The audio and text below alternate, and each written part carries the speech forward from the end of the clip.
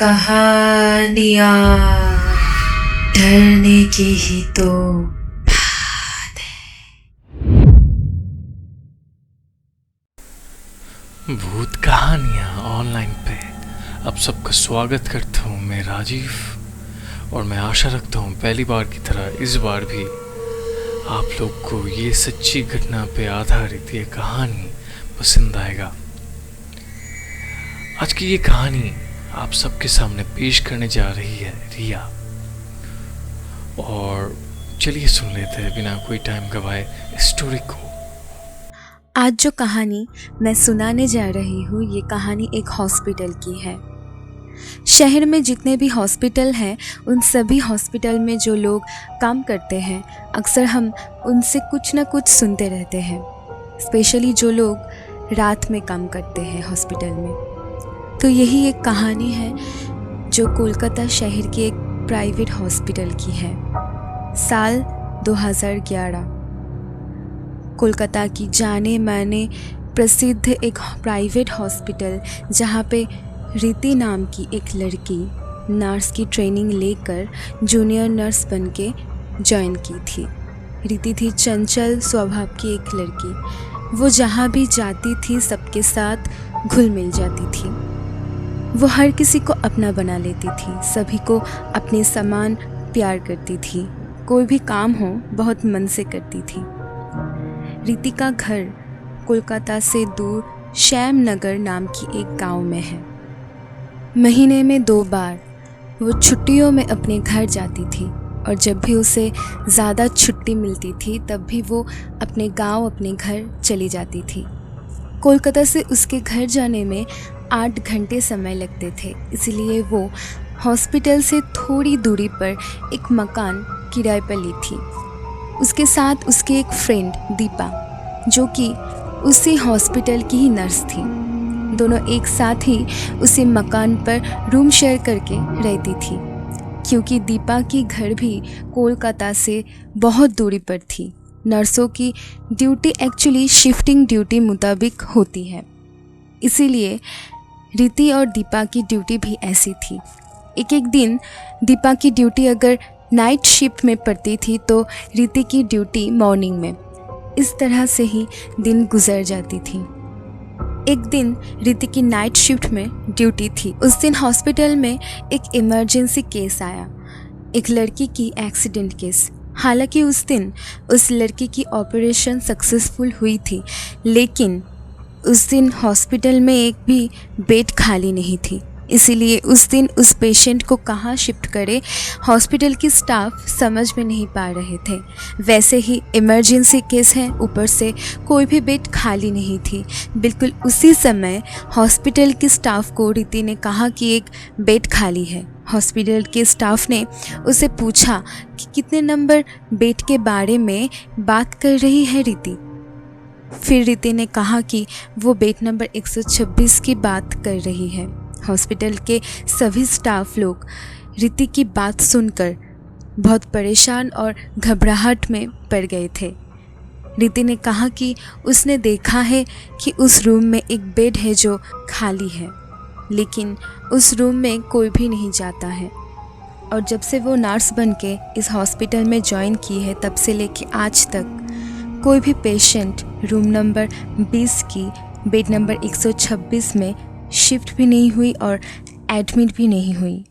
और इसीलिए रीति ने कहा कि जब बेड नंबर 126 खाली है तब पेशेंट को वहीं पे शिफ्ट करने की इंतज़ाम कीजिए। हॉस्पिटल स्टाफ में से कुछ लोग बेड नंबर 126 की घटना के बारे में जानते थे और कुछ लोग जानते नहीं थे, और उसमें से रीति भी एक थी। लेकिन उस वक्त उस पेशेंट को लेकर क्या करे, कहाँ शिफ्ट करे, ये समझ नहीं पाके और उसके ऊपर उस हॉस्पिटल की सामाजिक प्रतिष्ठा को कायम रखने के लिए उस दिन रीति को हॉस्पिटल की कोई भी स्टाफ ने कुछ भी नहीं कहा और रीति की बात के अनुसार उस पेशेंट को बेड नंबर 126 में शिफ्ट की थी। हालांकि हॉस्पिटल स्टाफ के मन में उस दिन एक डर काम कर रहा था। उस दिन ऑपरेशन के बाद उस पेशेंट की सेंसलेस हालत थी। डॉक्टर ने उसे नींद की इंजेक्शन दी थी। उस दिन हॉस्पिटल के दूसरे स्टाफ अपने बीच रूम नंबर 20 की बेड नंबर 126 के बारे में बात कर रहे थे। कोई तो डर की वजह से उस रूम में जाना ही नहीं चाह रहे थे, लेकिन रीति ने कुछ अनुमान करने के बाद उन सब से जब सवाल पूछा कि क्यों सब इस तरह की बिहेवियर कर रहे हैं और उस रूम में उस बेड नंबर 126 में ऐसा क्या है जो सब लोग ऐसे बर्ताव कर रहे हैं, तब हॉस्पिटल की कोई भी लोग रीति को कुछ भी नहीं बताए। बोला कि कोई कुछ भी नहीं जानता। ये बोलकर सबके सब अपने अपने काम पर चले गए। और उस दिन रीति की नाइट ड्यूटी की वजह से बेड नंबर 126 की पेशेंट की देखभाल की जिम्मेदारी भी उसके ऊपर थी। देखते ही देखते बहुत रात हो चुकी थी। सभी रूम की लाइट ऑफ थी और सब पेशेंट भी सो रहे थे। बाहर सिर्फ स्टाफ रूम की कुछ लाइट जल रही थी। तब रात के 1 बज रहे थे। रीति तब राउंड में निकली थी उसकी जिम्मेदारी में जितने भी पेशेंट थी उन सबको देखने के लिए। सब पेशेंट को देखने के बाद लास्ट में जो रूम बची थी, रूम नंबर 20, मतलब बेड नंबर 126 की पेशेंट एक्सीडेंट केस जो उस दिन ही एडमिट हुई थी।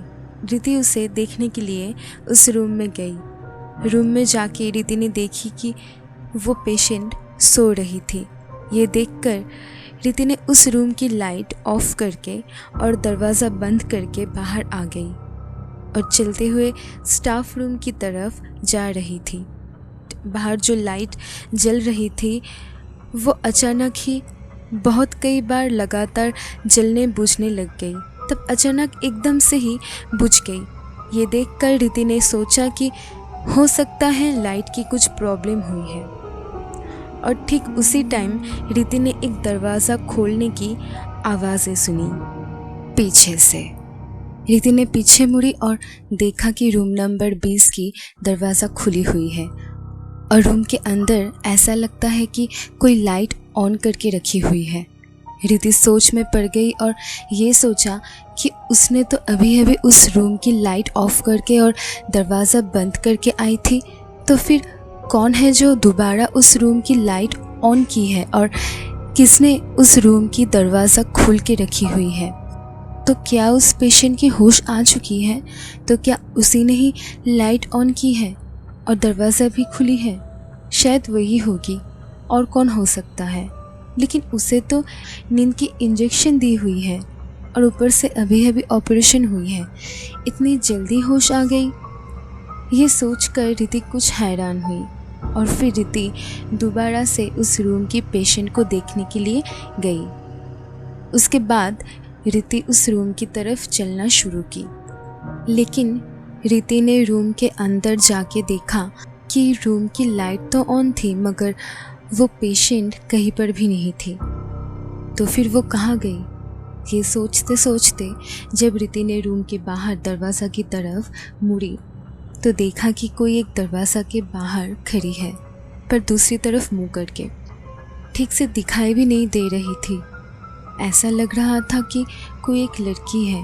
हो सकता है कि वो इस 20 नंबर रूम की ही पेशेंट हो, क्योंकि बाहर जो खड़ी है वो पेशेंट की ही कपड़े पहनी हुई थी, उसके कंधे तक बाल, लड़कियों की तरह ही। तो ये देखकर रीति ने उसे सुनिए सुनिए कह के पुकारने लगी। रीति ने कहा कि सुनिए, आपकी अभी अभी ऑपरेशन हुई है, आप अभी भी वीक है, आप सोने जाइए।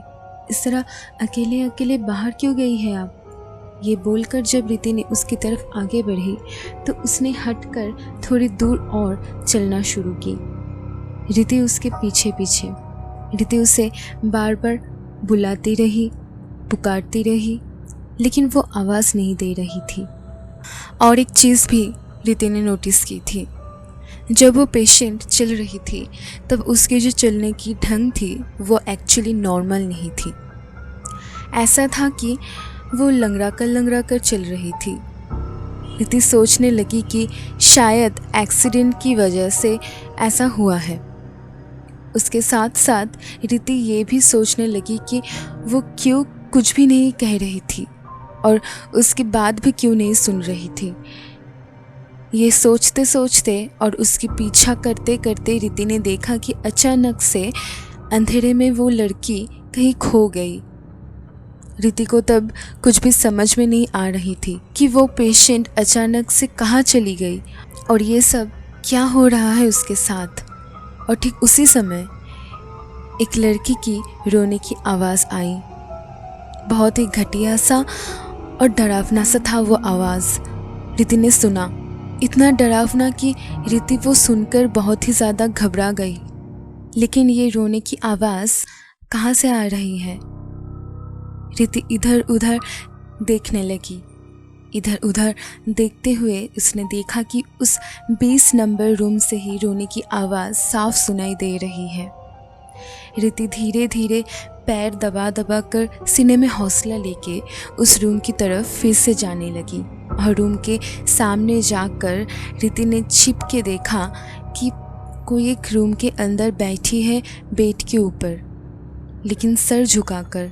एक बात बड़ी अजीब लगी, कुछ समय पहले तक भी उस रूम की लाइट जल रही थी जो रीति ने भी देखी थी, लेकिन उस समय कैसे बंद थी? तो क्या वो लड़की ने ही ऑफ की है? रीति ने मन में हौसला लेके फिर से रूम के अंदर गई और लाइट की स्विच ऑन करने लगी। लेकिन रीति ने देखा कि कोई भी स्विच काम नहीं कर रही थी। अजीब लग रही थी उसे। अचानक बहुत ठंड सा महसूस होने लगी थी उसे। लेकिन ये कैसे पॉसिबल है इतनी गर्मी में? और एसी भी नहीं चल रही थी तब। उसके सामने वो लड़की थी जो बेड के ऊपर सर झुकाकर बैठी थी।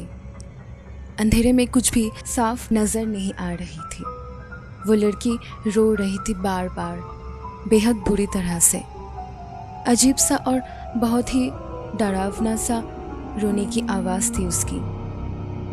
रीति उसके सामने उसके पास गई और उसे कहा कि सुनिए,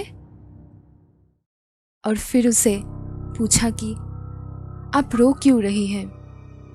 उसके सामने जाते ही रीति ने एक अजीब सी बदबू पाई, लेकिन समझ में नहीं आ रहा था कि ये बदबू कहाँ से आ रही थी। रीति ने हिम्मत से उस लड़की के ऊपर हाथ रख के उसे बुलाती रही और तभी वो लड़की सर उठाकर रीति की तरफ देखा और रीति ने देखा कि जो पेशेंट एडमिट हुई थी इस रूम में वो तो कोई और थी और ये तो कोई और ही है। रीति डर गई थी उससे, बहुत ही ज़्यादा डर गई थी। कितनी बदसूरत थी वो, बहुत ही डरावनी थी। उसके शरीर की पूरा हिस्सा ही जली हुई थी, मुंह से हाथ पैर सब कुछ। उसकी नाखून भी बहुत बड़े थे। उसकी दोनों आंखें हर किसी की तरह नहीं थी, बहुत ही डरावनी थी। खून निकल रही थी उसकी आंख से। रीति उसके चेहरे को देखकर धीरे धीरे कमज़ोर हो गई थी। उसकी गला सूख गई थी। उसके सामने एक बहुत ही भयानक डरावनी कोई बैठी हुई है। रीति की तरफ उसने उसकी वो जली हुई दोनों हाथ बढ़ाने लगी। तभी रीति ने सोचा कि क्या वो उसे मार डालेगी? तो क्या सचमुच में रीति मर जाएगी उसके हाथों? ये सोचते सोचते अचानक रीति ने उसकी तरफ देखते हुए ज़ोरों से चिल्लाई और अपनी आँख बंद कर ली। कुछ देर बाद आँख खुल के रीति ने देखा हॉस्पिटल की कुछ स्टाफ वह खड़ी थी उसके सामने। रीति उनके ओर दौड़ के गई और उनसे कहा कि वो मुझे मार डालेगी, मुझे मार डालेगी। हॉस्पिटल के स्टाफ ने रीति से पूछा कि कौन तुम्हें मार डालेगी? रीति ने कहा कि वो पेशेंट मुझे मार डालेगी। स्टाफ लोग के बीच से एक ने कहा कि वो पेशेंट तो सो रही है, वो तो अभी भी सेंसलेस है। ऑपरेशन के बाद तो उसे नींद की इंजेक्शन दी हुई है, ये सुनकर रीति ने पेशेंट की तरफ देखा और उसने देखा कि जो पेशेंट एक्सीडेंट के लिए एडमिट हुई थी वो बेड पर सो रही है। तो फिर रीति ने किसे देखी थी? कौन थी वो? क्यों उसके साथ ये सब हुआ? ये सोचते सोचते उस दिन रात बीत गई। अगले दिन सुबह को घर जाकर रीति ने दीपा को सब कुछ खुल के बताई। तब दीपा को समझ आई कि रात में रीति के साथ असल में क्या हुई थी और क्यों हुई थी।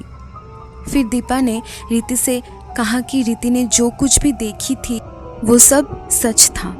दीपा ने रीति से कहा कि 1 साल पहले रूम नंबर 20 के बेड नंबर 126 में एक पेशेंट सुसाइड की थी, आँख में जल के। सुसाइड के बाद उसकी पूरा शरीर जल चुकी थी पूरी तरह से, लेकिन किस लिए सुसाइड की थी ये आज तक किसी को नहीं पता। उस दिन के बाद से रूम नंबर 20 में जो कोई भी एडमिट होती थी कोई भी नहीं बचती थी, इसीलिए वो रूम बंद थी और बेड नंबर 126 में कोई भी एडमिट नहीं होती थी। ये सुनकर रीति बहुत डर गई और तुरंत ही हॉस्पिटल में कॉल करके पूछने लगी कि बेड नंबर 126 की पेशेंट, वो एक्सीडेंट केस, वो लड़की अभी कैसी है। हॉस्पिटल से रीति को कहा कि वो पेशेंट मर चुकी है हार्ट अटैक से। उस दिन रीति बहुत डिप्रेस्ड हो गई और उसने उस दिन ठीक किया कि वो उस हॉस्पिटल को छोड़ देगी। और एट लास्ट रीति ने उस हॉस्पिटल को छोड़ के दूसरे हॉस्पिटल में ज्वाइन की। तो यही है ये कहानी। मैं आशा रखता हूँ कि आप सबको ये घटना बहुत ही दिलचस्प लगा है और मैं प्रॉमिस करता हूँ इस घटना के रिलेटेड और भी कहानियाँ मैं लाने की कोशिश करूँगा फ्यूचर में। और अगर आपको सच्ची में ये कहानी अच्छी लगी हो तो make sure to like, comment and subscribe to our channel Bhoot Kahaniyan online.